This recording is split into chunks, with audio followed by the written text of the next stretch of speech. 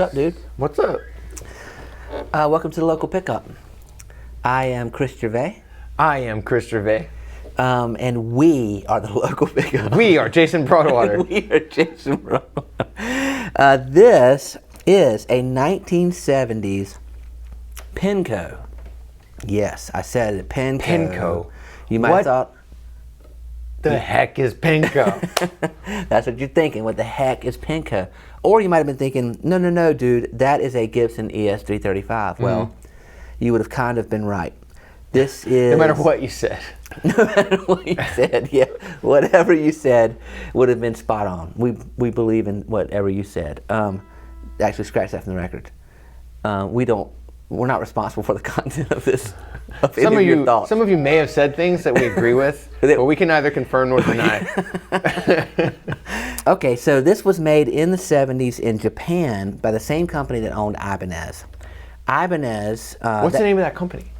I would be embarrassed to guess. Okay, sorry. But whatever, it's a couple words. Ibanez Senior. Yeah, That was right. a dad joke. Yeah, that company owned Ibanez. It owned Penco. It owned a lot of other companies. But when Gibson offshored some of their development to Japan, they started working with some of these companies, and they were making Gibsons, and so they had all the specs and everything on the Gibson 335, and they started making Gibson 335s and Les Pauls and stuff, but mostly 335s, I think, just under different brand names and just selling them. And some of them were like actually the quality of a Gibson or close, and some of them were horrible, just looked like one, you know. But this was after it was their job at one point to actually make those guitars. To make it, it continued to be their job. And so Norland found out about it, that owned Gibson, that they were like kind of their side hustle was kicking out these, 335s and or releasing or just other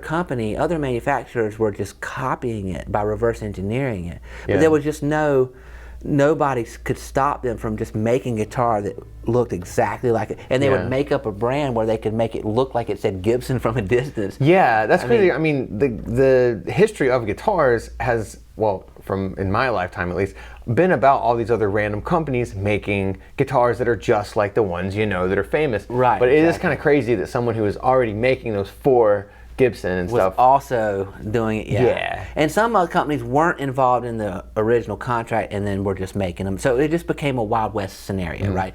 But I'm sorry, but the offshoot of that is like, if you're gonna pick a knockoff, the people who are already making the actual would be the best knockoff. So that's the thing. Actually, when you look for what is called lawsuit era guitars, which is Japanese-made Gibson copies in the 70s. I thought that meant it came out when that lady sued McDonald's for the hot coffee. For the hot coffee, yeah. It's also that. Okay, yeah. But it's a double entendre. But That's what that means.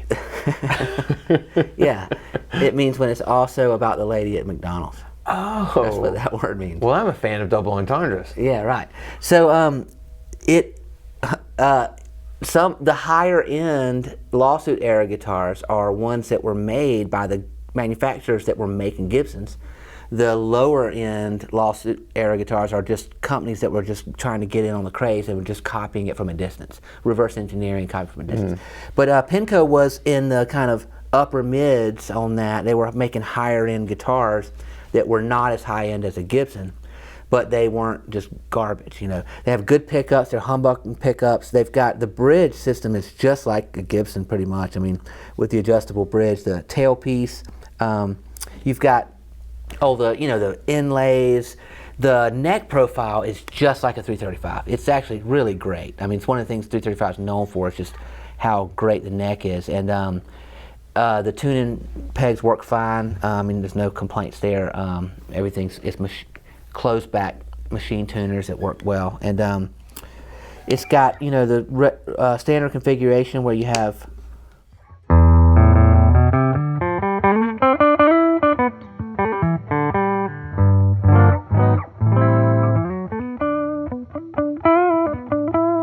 kind of a smooth, jazzy neck humbucker, and then you have the more aggressive bridge. that you can, put gain behind, distortion behind, and really have, whether it's rock, punk rock, whatever it would be. 335s are real versatile guitars, and so this is equally a very versatile guitar. It's not quite the level, like it's got a solid spruce top, but then it's got laminate back and sides, and it's got, the humbuckers are nice. They sound good, but they're not quite, in my experience, not quite what people love about Gibson humbuckers. Okay. They're just not quite at that level of excellence, but they're still awesome.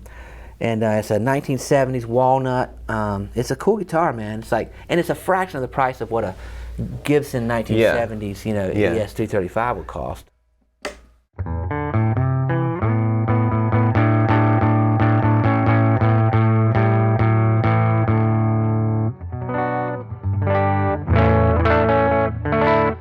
Yeah, it's. I mean, I'm not like I associate the 335 with blues. Right. I'm not really a great blues guitar player. I mean, well, B.B. King, of course. But then, like Chuck Berry, of course, I associate it with Chuck Berry, and Marty McFly. Yeah. Oh, absolutely. Yeah, which is the reason I play guitar. So Right, I probably should have a 335. One of the biggest influences in music history, Marty McFly. Honestly, for me, that's probably the primary. I mean, it's the reason I play guitar, honestly. Yeah, well, I think other than, so I don't see a lot of this, what did you call this color? What did you call this one? Walnut. Walnut. Yeah. I don't see a lot of walnut 335s. Is that a thing that I've just missed? They made them in the 70s. Okay. I think they've gone in and out of making them. Like they'll do retro, throwback things and stuff. But in the 70s, in the 70s, everything was brown. Yeah.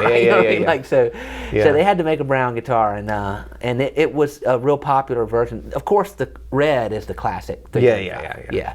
That burst, that red cherry. Not even a burst. It's just a cherry red. That's the classic. Yeah, I would, but I would say, like I said, I don't see a lot of 335. I think of red and sometimes black, but I don't see a lot of this color. But other than that color, this is pretty much a 335. It is. I mean, man. it's dead on. It is dead on. Yeah, it's really, really close and great. And the I was talking about the pickups. I mean, I don't mean to down the pickups on this guitar. The pickups sound fantastic on this guitar. It's just a bit of a difference than a Gibson, but it's kind of the thing, man, that I probably wouldn't be able to hold up on that if you like. It's kind of like if you handed me one whiskey and another whiskey and I closed my eyes, I probably wouldn't be able to tell the difference, even though I think I can tell the difference. But you're gonna get drunk. Yeah, either way. Yeah, either right. way. But I don't know if I could close my eyes and tell the difference, but I just feel like there's a bit of a difference, but I don't know. Maybe that's psychological. It might just be. I mean, but these are still pricey guitars. They're 70s vintage guitars, but nothing like what vintage Gibson runs. I mean, it's a fraction. It's like probably a fifth of the cost, or right. Well, I mean, it's like based on like the story you told and stuff like this. Pinko is clearly at the 70s Pinko 335 knockoff.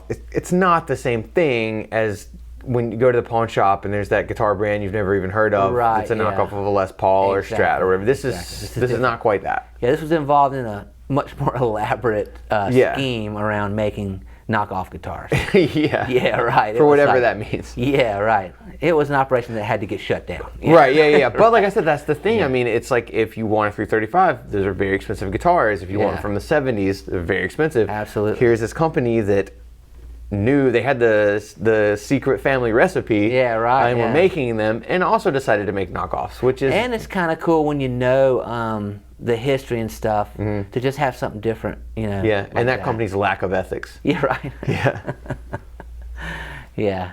So all right, cool. Well, here's to celebrating lack of ethics, and no, I'm just kidding. I think that it's a cool kind of era in guitar history.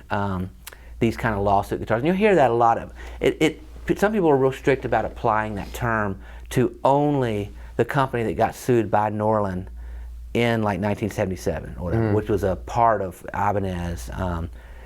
But really it applies to the whole practice of just knocking off these guitars without permission. Yeah, which is interesting because eventually that all did wash out into what can we get away with? Right, I'm going to go start a guitar company and make this thing that's just like the thing you want. That's a huge, it's a lot of guitars like that. Absolutely. And it's funny how, American production was considered, kind of the best or the top, and then they were offshoring to Japan, which was not as good. Well, over time, Japan's got so good that then it moved to Korea as being less than Japan as far as quality, to generalize.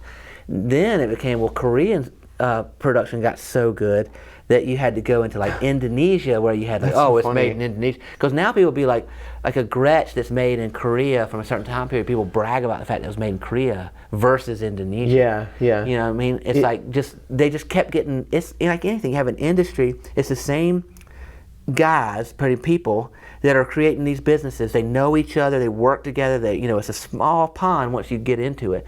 And they get better and better and better Yeah. at making these products. So what you're saying is the horribly made guitar becomes more and more rare, which means you just gotta have one. You gotta have a horribly made guitar. They're so hard to find. Yeah, well, they're actually not that hard to find. Yeah, they're pretty much everywhere.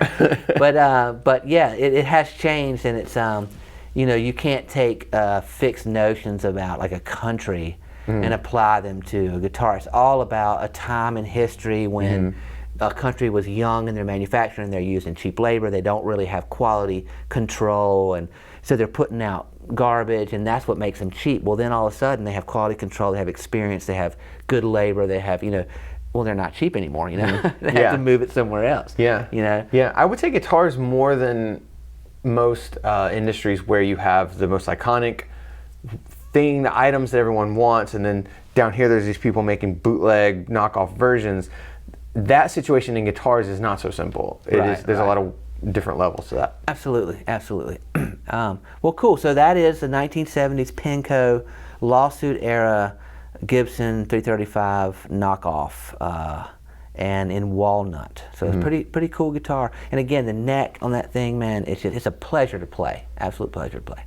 So yeah, but this is awesome. But if someone hires you to make something for them, don't just start making that same thing on the side and selling it. You seem hung up on that. Yeah, it seems a little It was wrong. in the 70s. Yeah. Oh, that's true. Yeah, what are you going to do? All right. Well, there you go. See you next time on the Local Pickup.